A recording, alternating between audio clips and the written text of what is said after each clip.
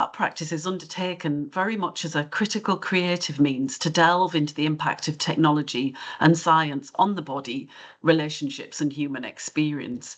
It's a research-led, situated practice.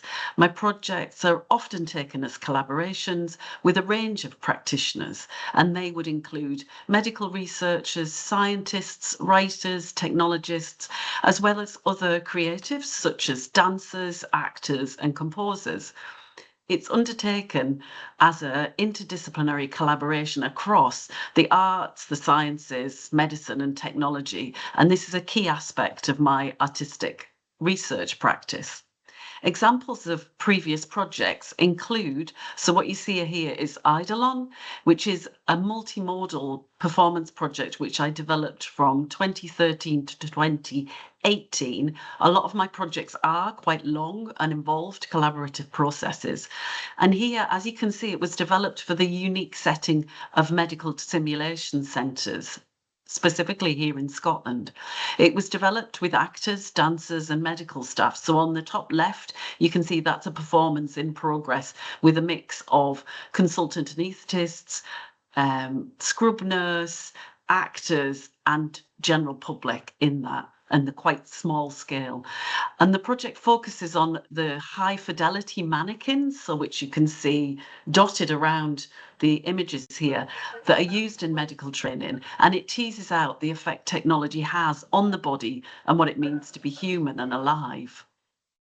The project was presented as, which is quite often with my work, as like multiple components, which is what I'm meaning when I say multimodal as well. A lot of the time it's working with different people on different registers of different media. So here it was a live immersive performance, a video installation, a virtual reality film, there was a monograph, a peer-reviewed published journal article, accompanied by a series of lectures and papers about the work. The next project, well, actually, to sort of say, put this one in context as well, the Surface Echoes project that I'm going to speak about today, and I'm going to focus on mainly, follows on from a previous collaborative work between myself and Professor Sara Brown that started in 2017 and resulted in a separate project called We Began as Part of the Body. This project, which is documented elements of it here, is another, as I'm classing it, that multimodal type artwork here, including, as you can see, things like 3D prints, there's augmented reality, mixed reality experience, film, sound, and writing. And the work was developed in response to a residency that I did at Sara's Genetic Research Lab, which investigates genetic mechanisms in atopic eczema and related conditions to try and design better treatments. This artwork tells the story of the journey of the artificial organotypic skin cells as they go through their journey, which it's a short, very precious 3-week-long in vitro little life that they have, which goes from operating theatre to research laboratory and finally to disposal. So this piece was completed in 2021 and has been presented at exhibitions and events in Scotland, the UK and internationally. The third piece I was going to introduce first of all is called Immobile Choreography, and they're all very much connected, these ones, to medicine. Not all of my work is so specific to medicine, but these are the 3 examples of fairly recent work that is in that. And when I say recent work, I'm saying because they take so long, they're recent to me. So this is a project from 2019 and it's Immobile Choreography. It's an installation consisting of video projection, 3D prints, LED light and audio, which uses movement choreography as a way. It was an attempt to imaginatively rematerialize the body in response to the next generation medical MRI scanner, the fast field cycling FFC MRI. So the choreography that's included in this was developed in response to the physical limitations of the MRI chamber, specifically the FFC, and consists of a series of small choreographic movements based on what is actually possible within the confines of this, I'm sure you all know, this very restrictive space.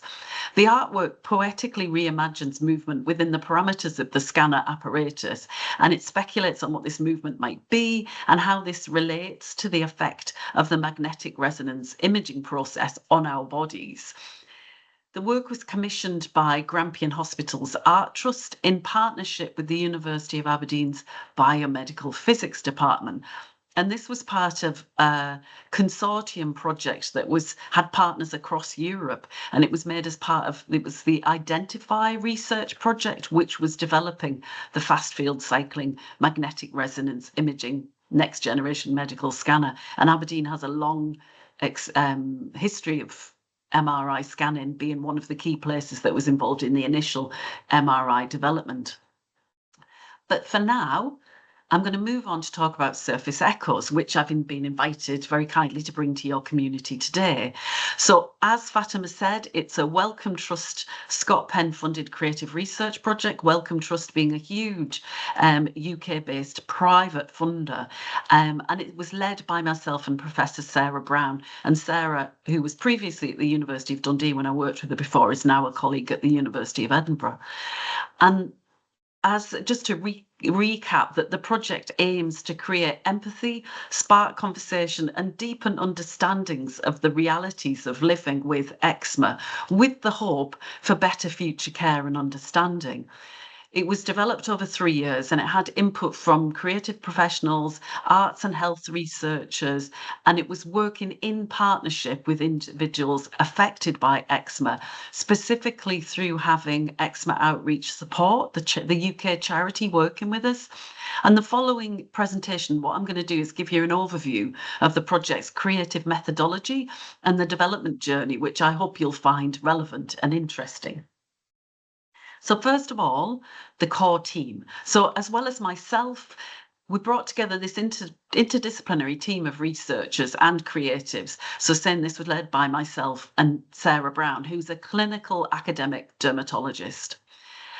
We were supported by research assistant Alison Main, and also crucial for the process was the Edinburgh-based arts organisation ASCUS, Art and Science, and we had their manager Kyra Tucker, who is actually South African, so we do have a South African on the team, and we worked in, as I've said, we worked in partnership with the charity Eczema Outreach Support.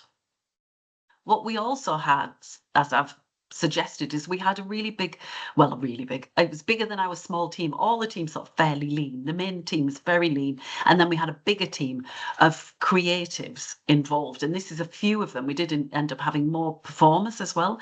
But this includes other artists, performers, designers, sound engineers. So you can see some of these people here as well. So there was a wider team involved. So the surface echoes itself, the project was inspired by Sara, Professor Brown, noticing a significant amount of verbatim quote fragments about eczema experience that were buried away within academic journal papers, dermatology journal papers. And by buried away, we were sort of thinking they were very much only available to a certain community where they were located. But there was a real power and very evocative what was being said. And because of previously working together, Sara came to me with the idea of looking for ways to bring this material to life and to a wider audience. The quotes, as you can see here, there's some little snippets of the quotes here. They deal with the complexity of real life experience of chronic eczema and its far-reaching impact beyond what the typical preconception of it would be, was it's just an itchy skin condition. We recognised, looking at these quotes, and what we did was we did a process of actually extracting the quotes out of the various research papers, which was to make a sort of corpus of quotes. And we recognised that bringing this fragmented quote material together could create a really quite significant archive of qualitative qualitative material, lived experience of the condition, drawn from many years of research and actually from across a really broad community that included perspectives from both patients, carers and health professionals. And it was one of those corpuses putting it together that was way beyond what we would have had the capacity in our small project to bring together by actually going through in a direct way, just interviewing, because it cut across so many different communities. So the aim of the project, the Surface Echoes project, was to sensitively and creatively bring back to life these voices and to bring what were really quite powerful perspectives together in a way that would take them beyond what I say was this original purely academic target audience. The initial idea for the project was, as where we started, was that we were going to make a digital audio resource that was going to be comprised of the spoken word recordings or digital voicings of the quote fragment. And there would be somewhere that audiences could sort of, or listeners could sort of navigate through these. That was our first concept. The first steps that we took was some initial recording sessions with a professional actor, Pauline Goldsmith, and I tested out some digital voice possibilities working with a speech synthesis company that I've worked with previously as well in Edinburgh, Sara. What became really clear early on, though, was a potential challenge in getting audiences to engage with this material. So this was an issue both due to the somewhat difficult nature of the content, that it's harsh and it's hard, understandably, but also like this challenge of making content that sort of sticks and resonates and is actually engaged with, which we'll all know that this, this vast amount of digital content that exists, that content can be somewhat swallowed and just sort of swiped past in the streams of digital content. Just take a drink a second. So how we started the process was we started to take the material through to some stakeholders through participatory workshops. And in this case, our stakeholders, this meant we brought to groups of people with lived experience of eczema, which included groups from the University of Edinburgh and also Eczema Outreach Supports Charity. So our partner, their youth panels specifically, are very active, engaged young people, where I think the age is probably something from about 16 to mid-20s, but very active and advocating for their experience. So we included some of them. So in the actual workshops, what we did was we employed a variety of participatory design research methods to the workshops. So this included things like printed chatterboxes, so where we took fragments of the quote and we had these as a sort of conversational piece that people would use in groups or in pairs and open up and discuss the resonance with the material that was printed. Overall, what we were looking was to see if this connected with the group. We also did we used things like priority circles as a method. So here we took quotation cards that we'd made with fragments of the original the text from the papers. And then what we did was we got, again, very discursive method where we got the participants to sit in groups and read them together and look at where they would place them. They each had versions, so some of them might put one much closer and say, no, I'm much more connected to this, I'm further away. And they had this these proximity circles for closer or further away from their experience. As I say, this was very much used as discussion points within the group, small, intimate setting, discursive. Another thing that we used was storytelling as a loosely directed narrative approach that was more sort of individual elicitation method, again with some discussion, but it was more sort of tentative around if you wanted to share. What we also did bring is we brought some of the digital voice tools that I've talked about as well, such as the AI text-to-speech voices, and some digital voice puppetry.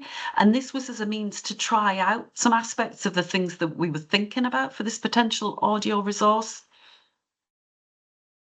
What was clear and this is again just showing you some of the sort of more technical for the audio resource, what was clear from these workshops that we did with the participants was that there was a general resonance from the stakeholders with the material itself. So some of the material was more specific. So, for example, there was text that mentioned like parental caring responsibilities, and some people connected more or less with this. Some people connected with it because they said they thought about, a lot of the people that we interviewed didn't have kids, so they didn't connect with it as a parent, but some of them connected maybe from their parents' point of view. Some of them just more rejected it because it was talking parentally. But overall, we got this very strong feedback that it was strongly relatable to the groups that we shared it with. And crucially, what we did with the participatory creative workshops as well is that we were looking for imaginative ways to open out the content in more poetic ways and to think about lived experience and to add new material to the mix that we already had from the quotes from the papers. It was key for us that this mustn't be disrespectful, though, and must not sort of diminish the genuine experience, taking it into a more poetic form. So one of the key ways that we did this was by asking the stakeholder groups to think about future imaginaries, things that might help think forward in more hopeful ways.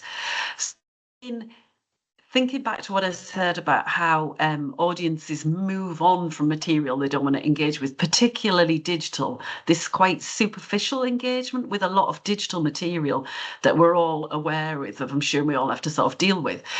So again, going back to that point that there was the concern here that there was understandably this negativity of the content, which is absolutely understandable, like the genuine, serious real life issues that people have who live with chronic eczema have to deal with.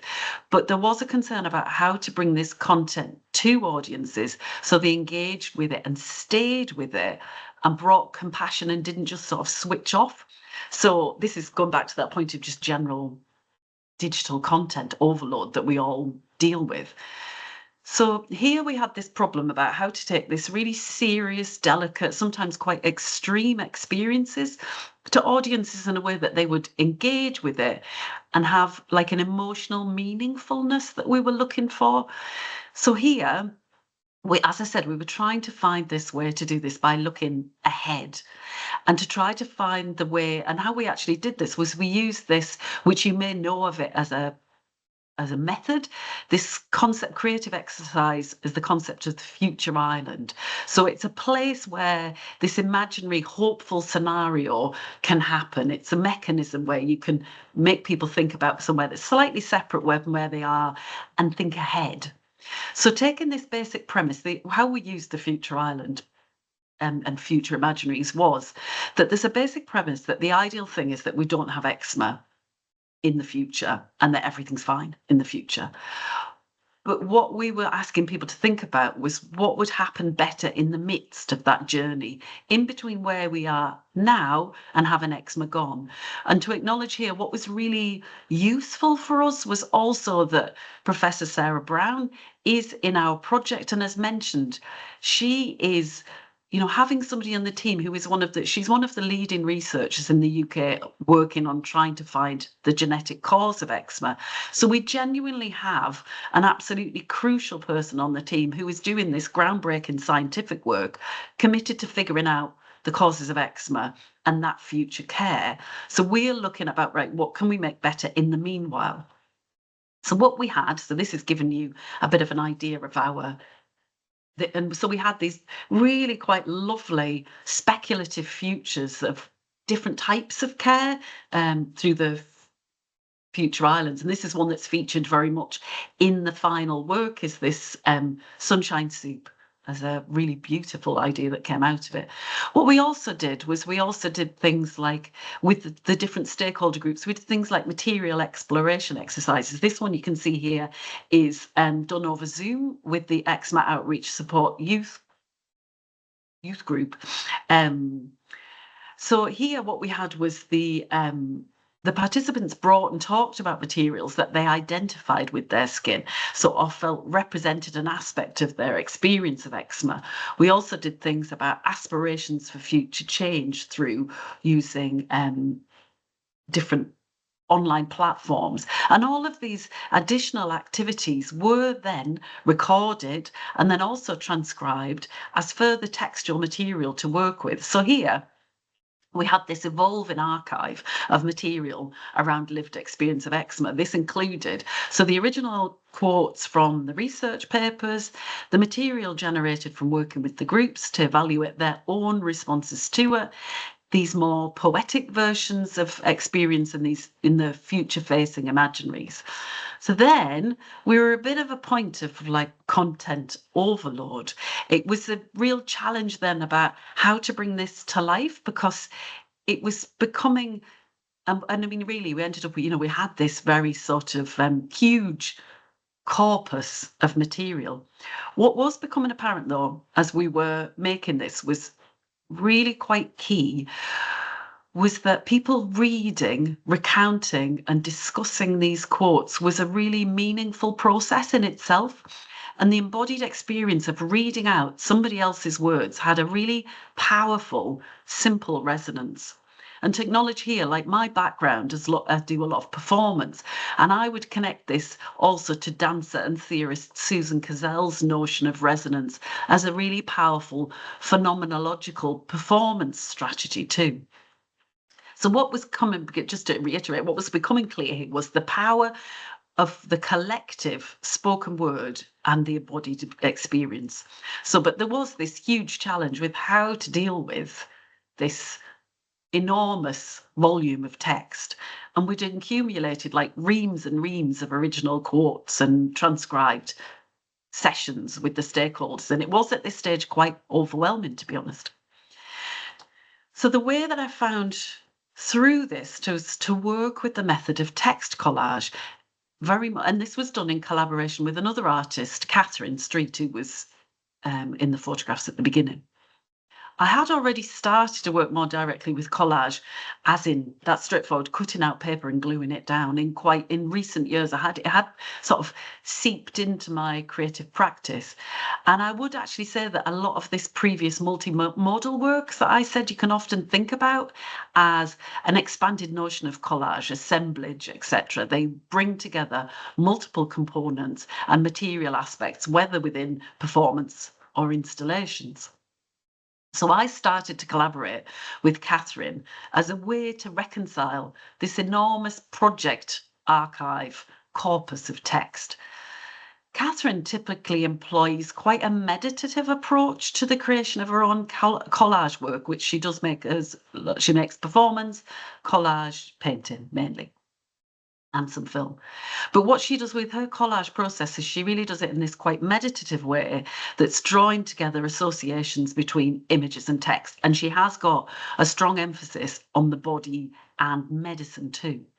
And I thought this could be really interesting as an approach to bring to the surface Echo's text as a way to start to collaboratively work together through it and make some connections. So what resulted was this really gentle creative process that involved us doing very close reading out together, taking in turns at a very slow, attentive pace. And we used this close reading as a way to select text based on emotional, poetic resonance and connection to the overall concepts of the project. So from these loose but sort of quite specific criteria, we undertook a process of editing that involved, like, as you can see here, it's literally involved cutting out and it's blue tacking down the resulting text fragments onto rolls of paper. This started like this long, slow, and deeply considered process of piecing together line by line what was to become a script. And here we were thinking about it as being intended to be read out as a group. The material that we cut out was organised into themes. For example, sleep. We've got here care, creams, etc. I think there might be another one here. There's another one, burden.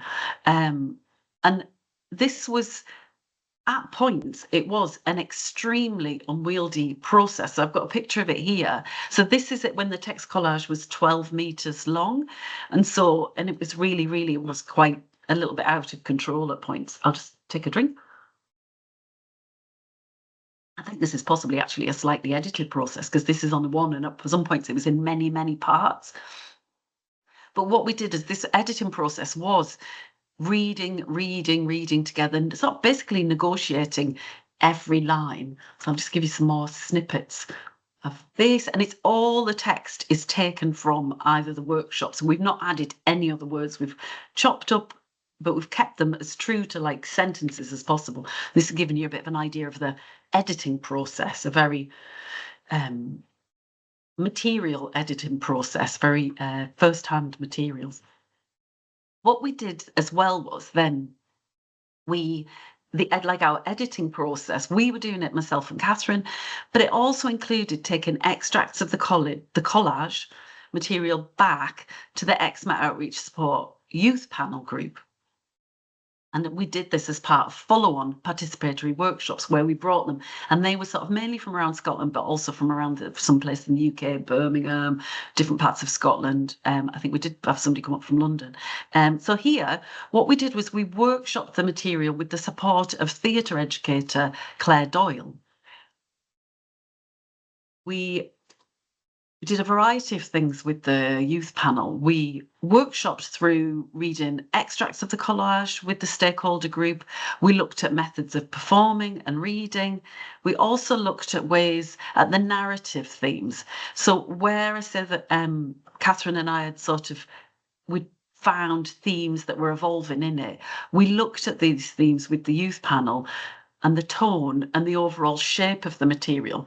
And we also looked at recollaging the collage material, giving it to them and getting both their input on how to reorganize it, also thoughts that fed back. I'll give you, so we've got things where they worked. So with some extracts of it, added their comments to it. They also made their own versions of it. And we also looked again at the future islands. And this time we used the technique as a sort of larger scale dynamic.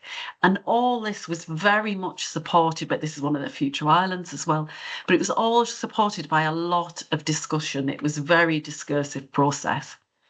What we also did with the editing process, it was sort of going, I do always go what you'd say maybe quite a bit extra with the projects. There is quite involved processes.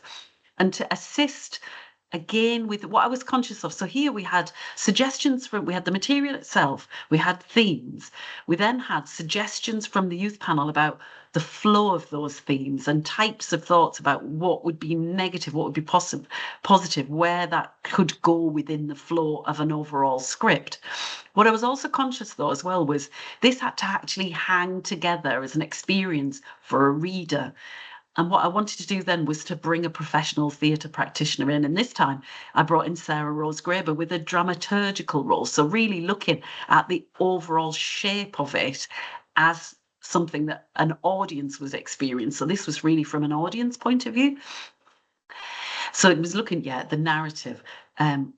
And again, what we did here was we did this process of closely reading out in terms. This time it was between Sara Rose, myself and Catherine, and physically, again, editing the script, which is a process of unpicking. You can see the tack, the white tack under here is like, it's literally picking it off, moving things around. So it's a very, very physical process. This is us working on it here. And what we also did was we were thinking about this reading process, this reading out aloud collectively. And so what we also did was we took the material to different groups, including health professionals and arts and health researchers, to test out this collective reading experience. So this process involved, as you can see what they've got in their hands, it involved photocopying the collage into pages, which was quite an undertaking in itself to get this gigantic collage onto a photocopier, and to make a booklet that could then be printed and circulated and read out as a group, which is, you can see what we're testing here. So alongside this exploration of form, what we were simultaneously thinking about in depth here throughout was the audiences for this work, who this could and should be. And again, we were doing this in close consultation throughout with the key stakeholders. We'd engaged from the very beginning of the workshops, like, who would you want to know this? Who would you want to be able to hear these words and think about and take in these words? it was clear from really early on that there was a real issue about being listened to, and there was also a real issue about consistency of care and a general lack of understanding within healthcare and wider services from the participants that we spoke to that they experienced. As much of the content within the original quotes that we drew from steered towards a medicalised experience, we have therefore steered also towards a primary audience of healthcare professionals. It came from both the feedback from the stakeholders and also from the nature of the material, which spoke a lot to a medical experience. So really, doctors and nurses working specifically in general healthcare, dermatology, medical students, and also those working in community health and pharmaceuticals. So the project resulted in three things, which are, as part of a now, as Fatima said at the beginning, a publicly available resource. So we have the original text collage, which you see in some documentation of here, which that is now installed at the dermatology unit in Edinburgh. And importantly, this has been installed on the side of the unit accessed by medical staff and medical students.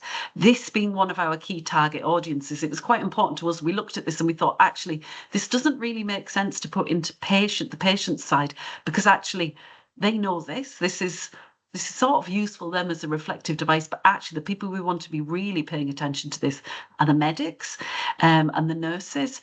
So this is all the work that results from the collage with Catherine, and that was edited down with Sara Rose Graber. And this is on permanent display now as the framed artwork, which gives you an idea of it here, framed up. Then, as Fatima mentioned at the beginning, what we've also got is an A4 printable PDF script version of the work. So this was created following on from the reading out testing.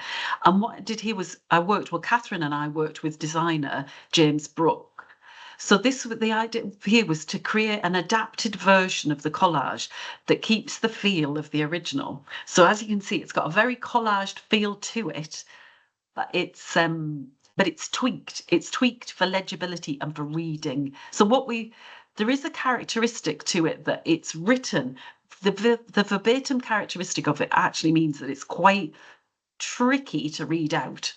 And what was an important thing to us in this was that some of the key people who it's intended for, doctors, skim so fast. So if any of you, I'm sure we probably all in this way on this academic will try and have to skim quite fast. But here, what we were trying to do is slow people down. So I will read a tiny bit for you of this as well, so you get an idea of how it actually, you can see the language of it here. But the design of it took that feel of it, but just sort of tweaked it. It was very much a tweak that just slightly made the legibility of it easier, but kept this collaged and also this vernacular feel that also was where you basically have to pay attention while you're reading it.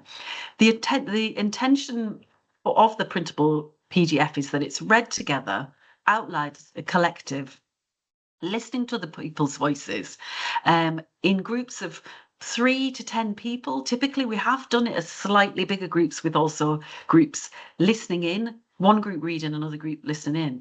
And it really is this collective experience of reading and listening. And the point is to take turns around the script. The script itself is 20 pages long, and it's best printed double-sided and then sort of stapled together. And what we recommend in our advice for the use of it is there's a copy for each person in the group, and there's a colour and a black and white version of the PDF available. I'll just start reading I'll read the first couple of lines of it just to get an idea of how it sounds read out loud, and you get this vernacular. So if it's one person in the group reads the following page out loud. Well, is everyone okay to gather? Take a seat in a circle wherever you want to be for this exercise. We're looking at a lot of the materials from research papers and workshops and getting together to read about these experiences. Eczema, how it permeates into every other aspect of life. and I'm gonna jump ahead one, just so I'm not going to read like the longest stuff. So we're throwing you into into quite a creative process. Exercise your imagination about what a better future might look like. A really different experience, much better experience of living with eczema. Take turns to read this out loud within your group, around the circle, one section at a time until you get to the end. Look out for sections asking you to speak all together. It might be a bit daunting at first. You might respond more emotionally than if you just read it yourself, if that makes sense. Sometimes it triggers a more powerful response. Thank you for going through this and listening to these voices. So as you can hear, there is a sort of awkwardness about reading it. It keeps this vernacular tone that comes from the transcription. And it really can't be skimmed over. I've literally heard doctors trying to skim it and then have to slow down and pay attention. And also what you would do here is say, if I was reading and Fatima was reading, I might read, yeah, skin, what about skin? And then Fatima might read, I was thinking about when people start reading eczema. And we would collectively as a group go through the different sections. What happens here is there's a bit of negotiation as well, because it's not entirely clear which section where the start and ends are in all the different pages. So there's a bit of sort of negotiation around the group. There's also sections where you speak as a chorus. It was primarily designed as a training resource for healthcare professionals, but it can be downloaded and used by anyone want to know more about what it's like to live with eczema, and as a printable resource to share with other people when it's difficult to explain.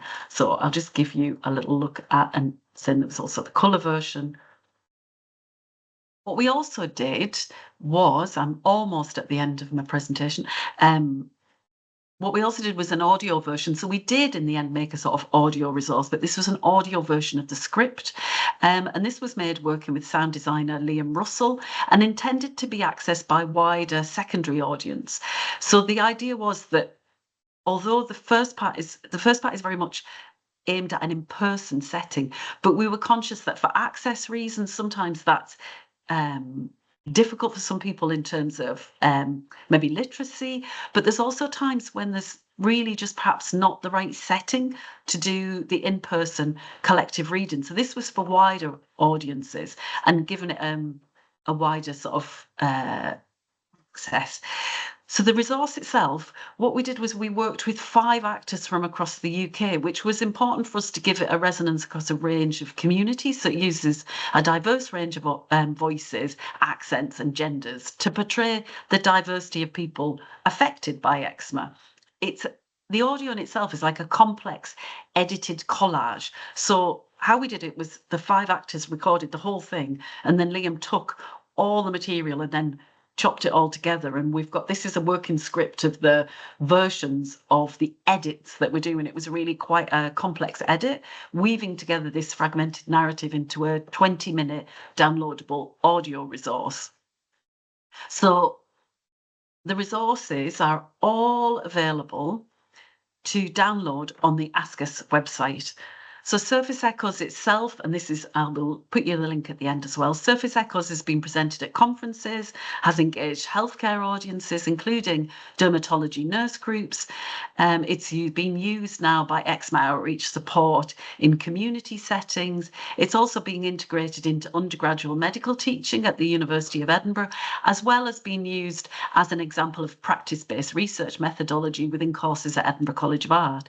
It's also been used by families to start conversations between parents and young people about their experience of eczema, which already sort of demonstrates the project's ability to create space for dialogues where words are often hard to find. So, in summary, this is the links to the resources. Surface Echoes is intended to be used as a training resource for health workers, medical students, or informally within families and between friends and colleagues. The aim is to stimulate discussion and improve understanding for eczema experiences, and I would welcome you all to download and listen to the resource. And these are the links to the resource itself, my contact, and further work of mine if you'd like to see. And that's me done. Thank you. Wow. So thank you so much for that, Beverly. I think we've been enthralled by your storytelling and ability to integrate the different ways in which we can use research methodologies in health research. I think it was really interesting. Beverly, thank you for your time. I know you're extremely busy, and I hope that we can continue to work together in the future. Thank you so much, Fatima. It's been a real pleasure to speak to you all.